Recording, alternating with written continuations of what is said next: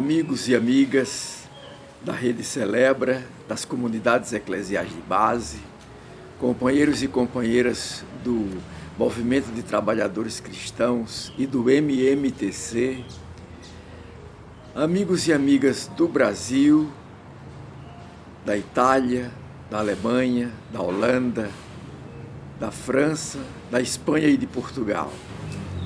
Mais uma singela reflexão que confio à meditação de vocês. Olá, gente querida, mais uma vez juntas, para a gente refletir a boa nova segundo a ótica da classe trabalhadora. A gente saúda você de perto e de longe, de outras cidades, estados e até países. E continua convidando a curtir e compartilhar. Essa é uma promoção do Movimento de Trabalhadores Cristãos MTC no Regional Nordeste 2. A gente convida você a curtir, compartilhar, para chegar mais perto, mais trabalhadores e mais trabalhadoras. Domingo de Ramos, domingo que a gente chama de Domingo de Ramos da Paixão do Senhor. A gente começa a nossa Semana Santa. A gente abre esse momento de fé e de reflexão. Nesse dia, a gente tem uma dinâmica litúrgica que começa fora da igreja, em outro lugar, com a bênção dos ramos, a caminhada. E aí, neste domingo, a gente tem a leitura de 2 evangelhos. O evangelho da paixão, lido durante a celebração dentro da igreja, e o evangelho que situa o Domingo de Ramos, lido no início da celebração. A gente vai ler apenas um deles, para situar esse dia e fazer a conversa, a reflexão sobre esse Domingo de Ramos.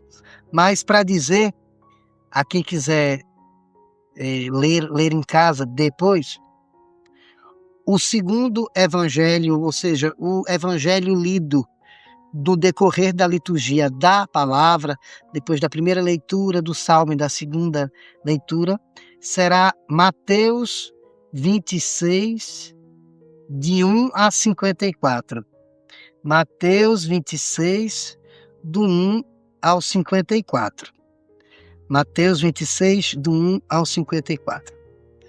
E o texto lido fora da igreja, para iniciar a procissão de Ramos, este é o que nós iremos ler aqui, é Mateus 21, do 1 ao 11. Mateus 21, do 1 ao 11. Hosana, hosana e viva, hosana, hosana e viva, de Davi o Filho, viva, de Davi o Filho, viva.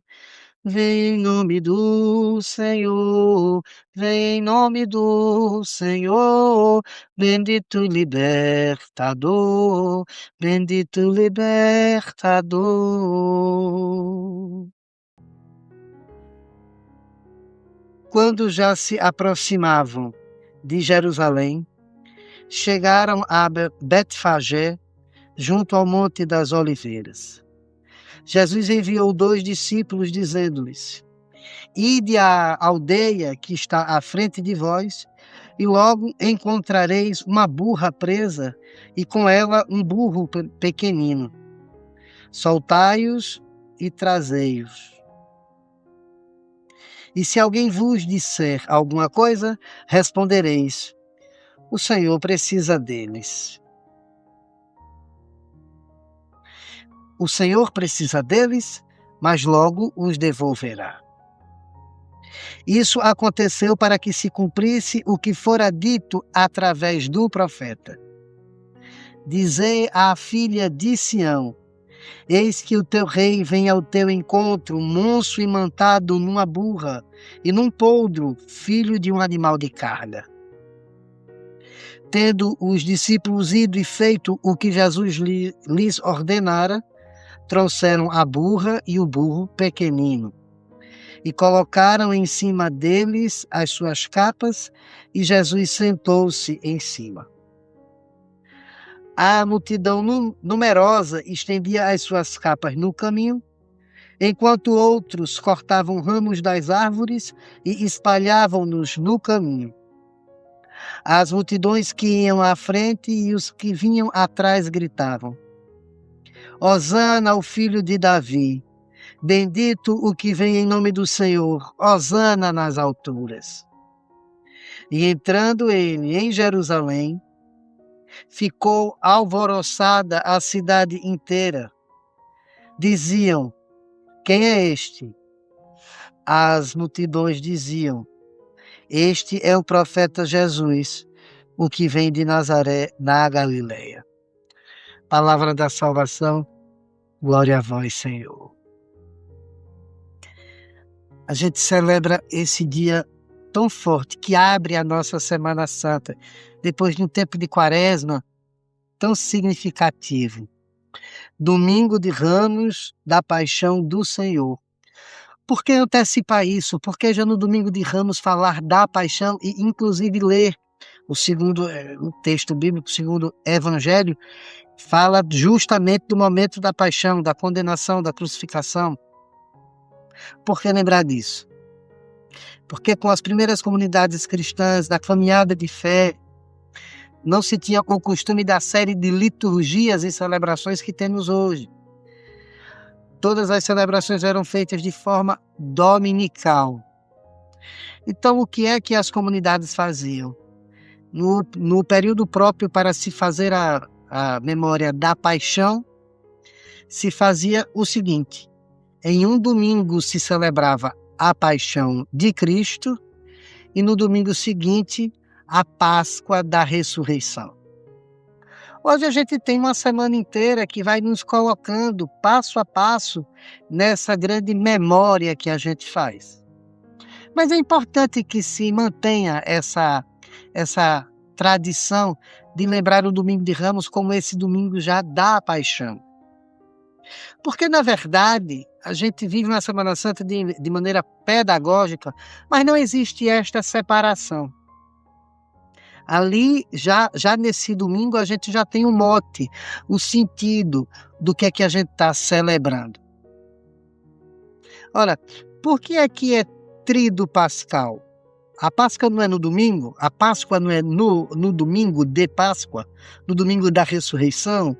No sábado santo à noite para o domingo? Por que Tríduo Pascal?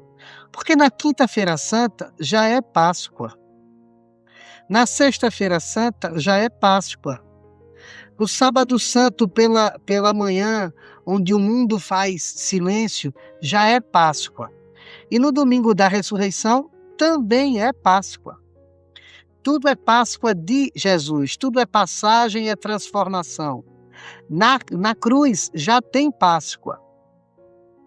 Então, é bom e é bonito que já no domingo a gente já pense na paixão, porque a gente está falando da síntese, da completude do testemunho de Jesus.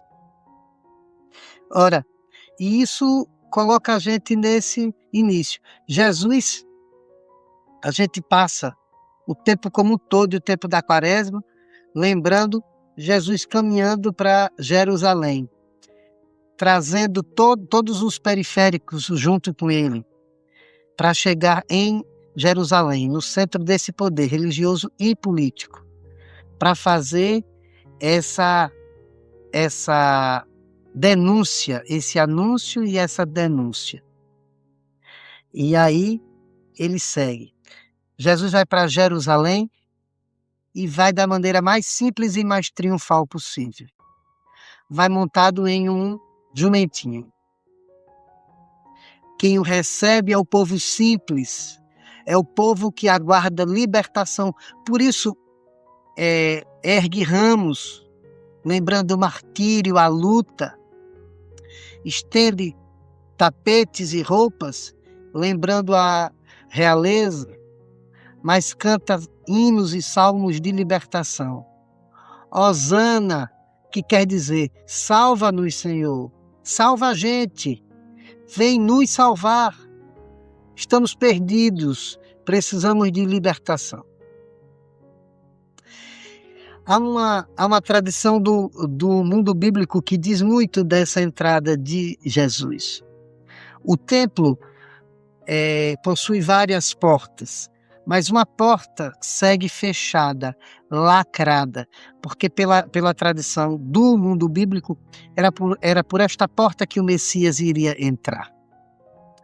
Ora, Jesus passa a sua vida pública toda tentando dizer a gente que ele é a porta.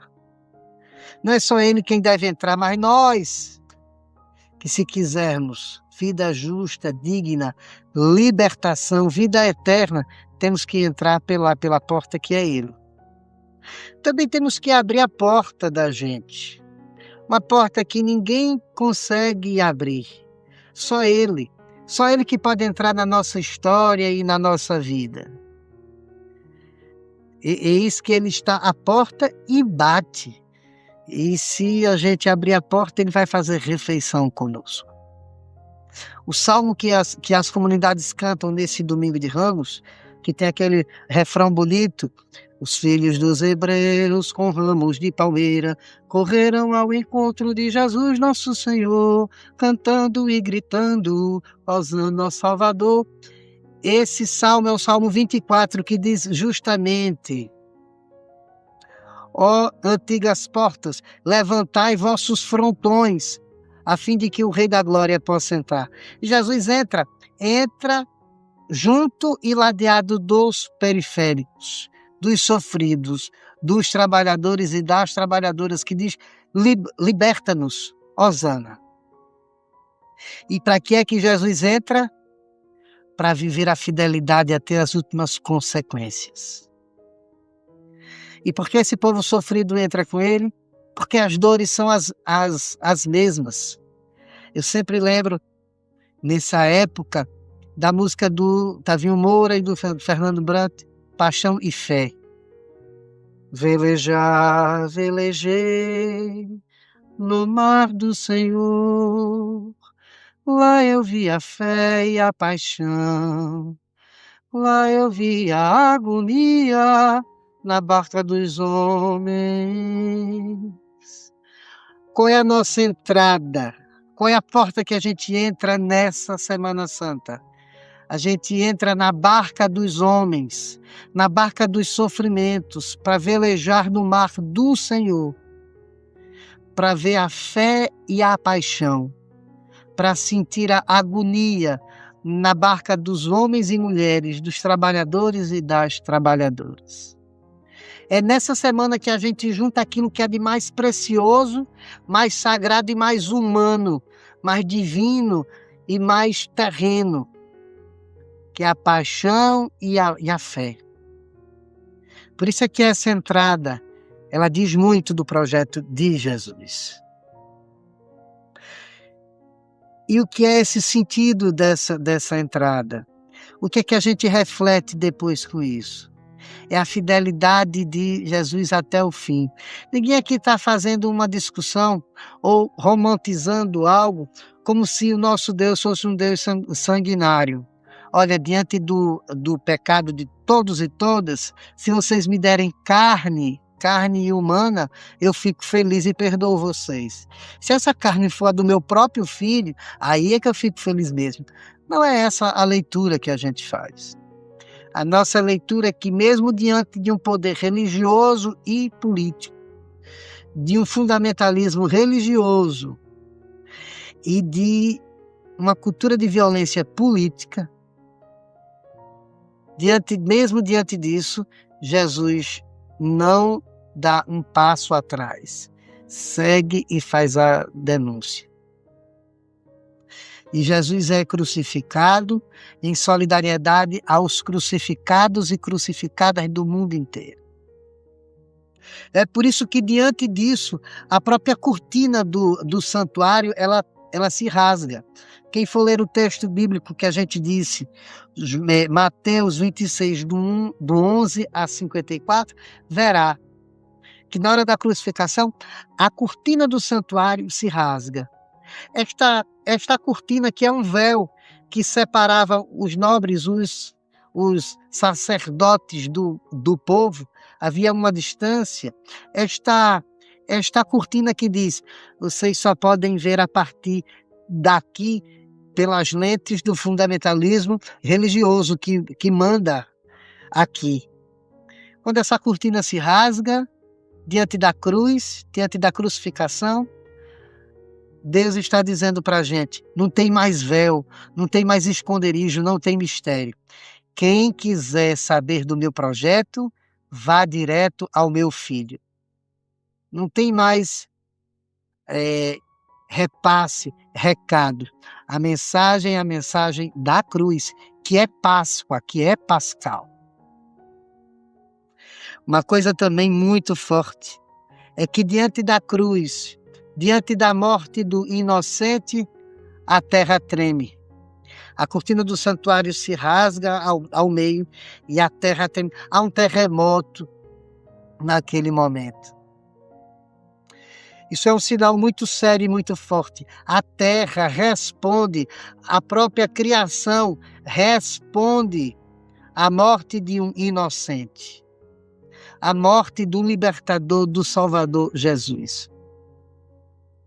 Gente, não era para as nossas comunidades tremerem, fazerem a terra tremer cada vez que um inocente morre?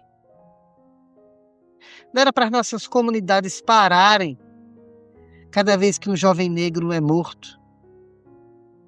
Há dias atrás, uma mulher negra de 60 anos, médica, que cuidava de seus pais idosos,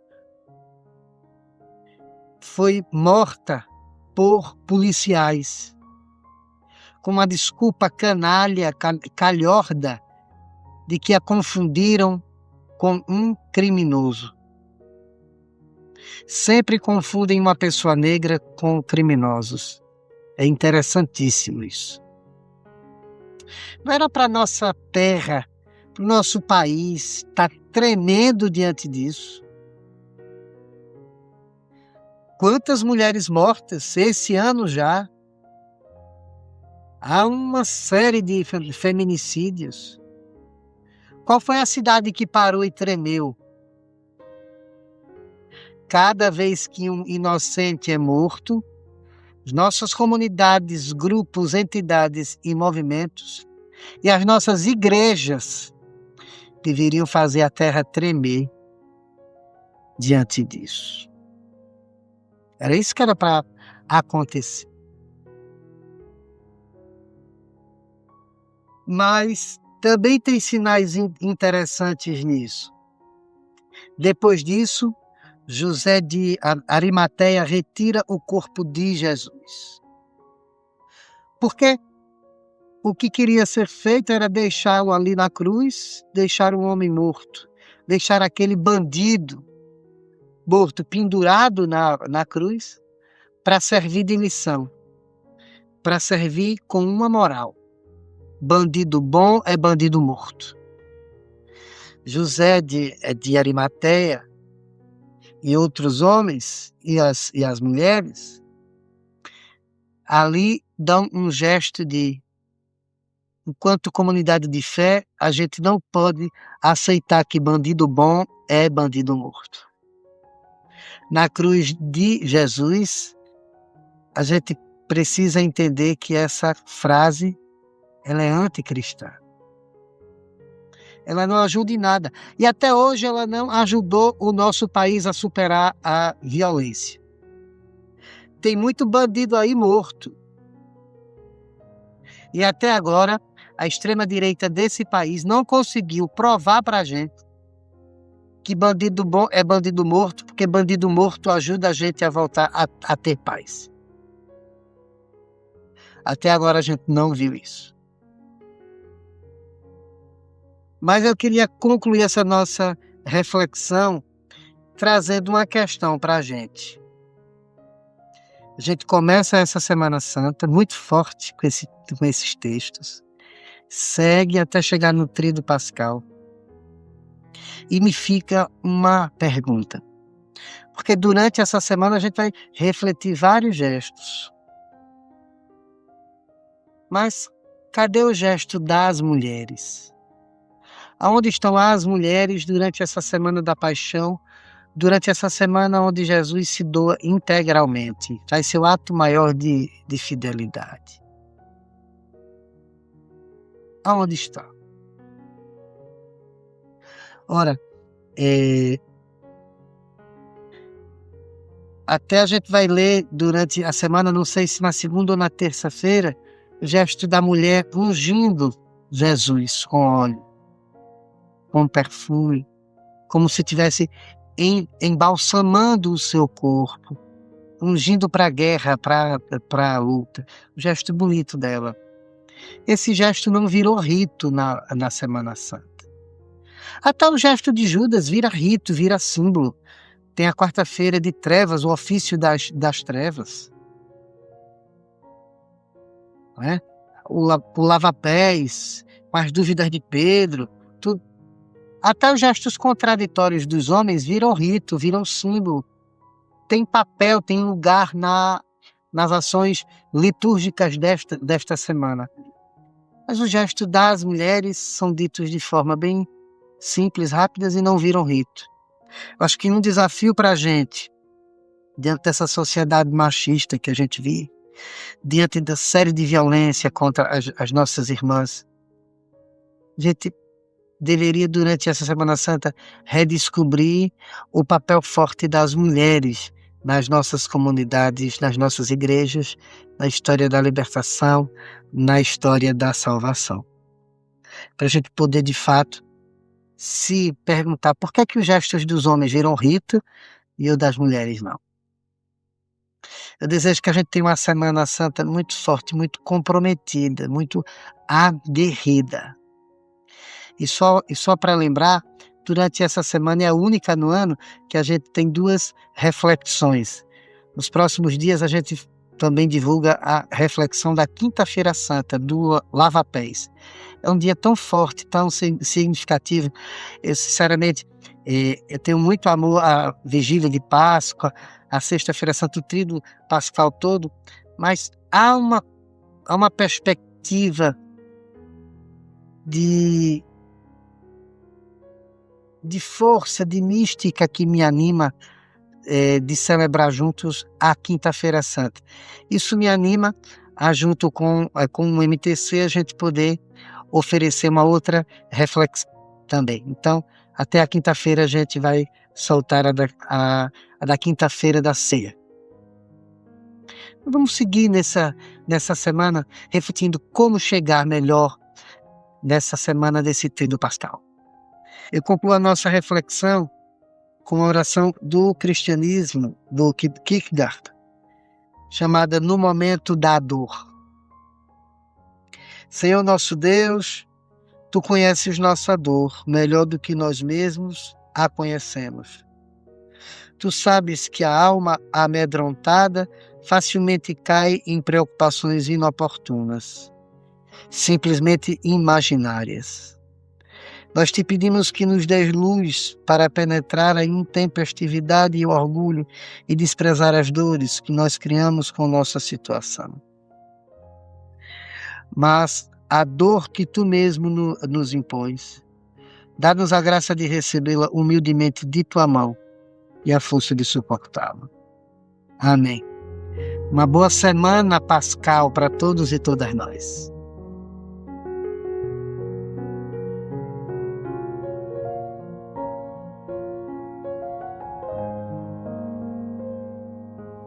Gostou do que acabou de ouvir, do que acabou de ver? Se você gostou, divulgue. E além de divulgar, inscreva-se no canal TV MTC. Simples assim. Aperte no botão inscreva-se. E assim você está fortalecendo um instrumento de formação e de informação da classe trabalhadora, das trabalhadoras cristãs, dos trabalhadores cristãos. Contamos com essa sua colaboração.